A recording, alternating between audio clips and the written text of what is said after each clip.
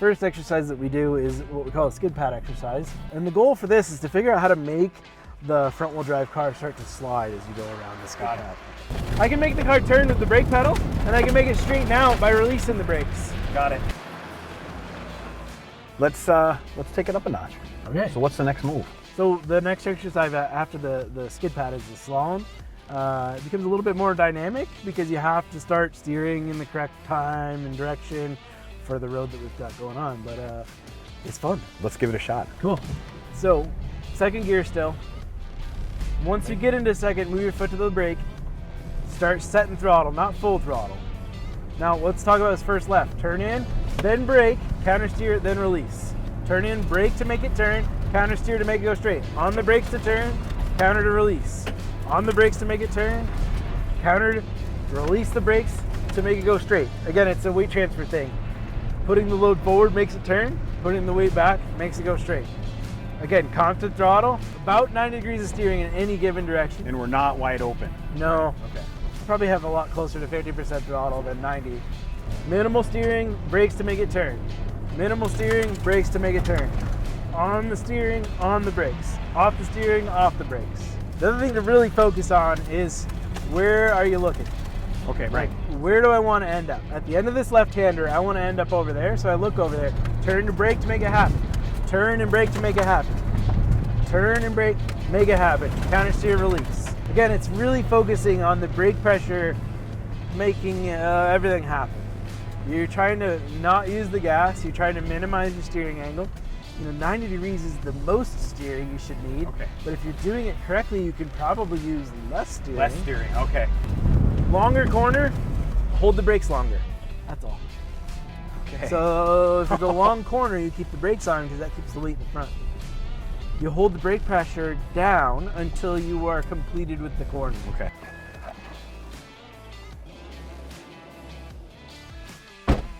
Okay. I gotta be honest with you, I'm nervous on this one. So you want me to get into second right away? Second gear, turn, put your left foot ready. Counter steer, okay. Brake in the turn, that's the goal. Brake in the turn. Right, you're not braking to slow down, you're braking to transfer load in the turn. So that's why I said you have to be going the right speed for the corner. If you end up going too fast, it'll get a little wild. Okay, here we go. So get in second right away and start building some speed. Yep. Second gear. Got it. Turn in, brake here. Counter steer, release. I'm not Turn going fast in, enough. brake. Brake. Stay on the gas. Got it. Turn in, brake. Counter steer, release. Get your Velcro gloves out and go 10 and 2. And Sorry. don't let go. Yeah, your hands like to wander. Okay, we'll try that again. That was good. Once you stayed on the gas, it was good. Turn in, brake. Counter, release. Turn in, brake. Counter, release. Turn in, brake.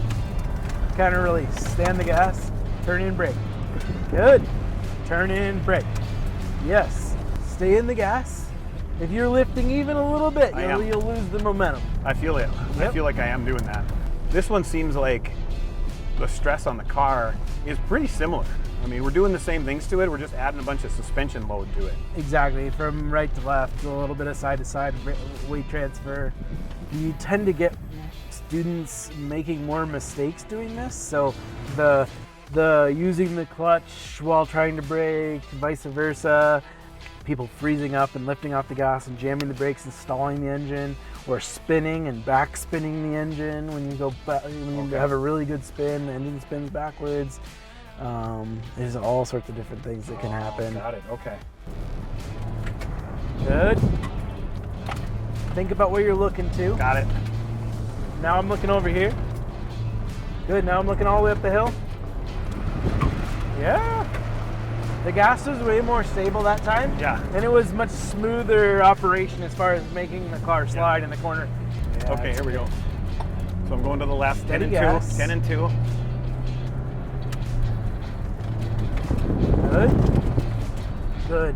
Eyes up. Got him. Ride the brakes till you're done, release. Ride the brakes till you're done, release. Ride the brakes till you're done, release. There you go. Much better the last 3 turns because you were holding the brake pressure down rather than just kind of touching the brakes and leaving. Okay. You're getting better. Good patience on the brake that time. Beauty. Yes. You committed to the gas. There we go. You notice your hands were less than 90 degrees every time. Yeah. It's because your brake was so good. And you were patient with it. You built the pressure up, you slowly let go of the brakes.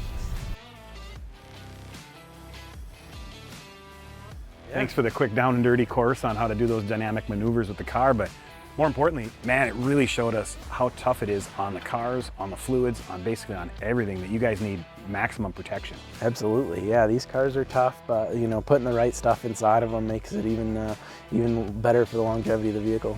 Excellent.